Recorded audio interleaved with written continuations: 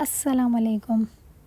یہ ایک لڑکی کی کہانی ہے جس سے ہر کوئی محبت کرتا تھا، لیکن سوال یہ تھا کہ اس سے شادی کون کرے گا۔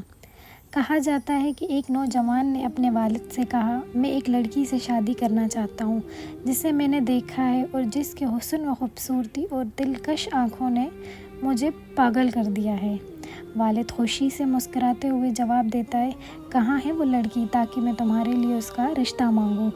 جب وہ دونوں لڑکی کو دیکھنے جاتے ہیں تو والد بھی اس کے حسن سے متاثر ہو جاتا ہے اور اپنے بیٹے سے کہتا ہے، سن بیٹا، یہ لڑکی تمہارے لائق نہیں ہے، تم اس کے قابل نہیں ہو۔ یہ تو ایک ایسے آدمی کے لیے ہے جو زندگی کا تجربہ رکھتا ہو اور جس پر بھروسہ کیا جا سکے، جیسے میں۔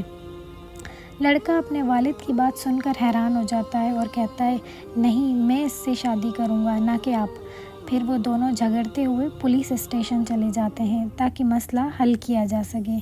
جب انہوں نے پولیس افسر کو اپنی کہانی سنائی تو افسر نے کہا، لڑکی کو بلاؤ، ہم اس سے پوچھتے ہیں کہ وہ کس کو چاہتی ہے، بیٹے کو یا والد کو۔ جب افسر نے لڑکی کو دیکھا اور اس کے حسن سے متاثر ہوا تو اس نے کہا، یہ تم دونوں کے لیے مناسب نہیں، یہ تو میرے جیسے کسی اہم شخص کے لیے ہے۔ اب تینوں میں جھگڑا ہوتا ہے اور وہ وزیر کے پاس چلے جاتے ہیں۔ وزیر لڑکی کو دیکھتے ہی کہتا ہے، یہ لڑکی تو صرف وزیروں کے لائق ہے جیسے میں ہوں۔ اس طرح ان میں جھگڑا ہوتا رہا اور معاملہ امیر شہر تک پہنچ گیا۔ جب امیر نے لڑکی کو دیکھا تو اس نے کہا، یہ مسئلہ میں حل کرتا ہوں، لڑکی کو لاؤ۔ لڑکی کو دیکھ کر امیر بھی کہنے لگا، یہ تو صرف کسی امیر ہی سے شادی کر سکتی ہے جیسے میں ہوں۔ پھر سب نے بحث کی تو لڑکی نے کہا، میرے پاس ایک حل ہے، میں دوڑوں گی اور تم سب میرے پیچھے دوڑو، جو بھی پہلے مجھے پکڑے گا میں اس کی بن جاؤں گی اور اس سے شادی کروں گی۔ لڑکی دوڑی اور پانچوں یعنی نوجوان، والد، پولیس افسر، وزیر اور امیر سب اس کے پیچھے دوڑے۔ اچانک دوڑتے دوڑتے پانچوں ایک گہری کھائی میں جا گرے۔ لڑکی اوپر سے انہیں دیکھ کر کہتی ہے، کیا تمہیں معلوم ہوا میں کون ہوں؟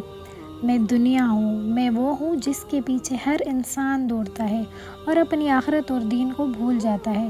وہ سب میری تلاش میں لگے رہتے ہیں، یہاں تک کہ قبر میں جا گرتے ہیں اور پھر بھی مجھے حاصل نہیں کر پاتے۔ کہانی ہمیں یہ سبق دیتی ہے کہ دنیا کی چمک دمک کے پیچھے بھاگنے سے بہتر ہے کہ ہم اپنے دین اور آخرت پر توجہ دیں، کیونکہ دنیا فانی ہے اور ہمیں کبھی بھی مکمل طور پر حاصل نہیں ہو سکتی۔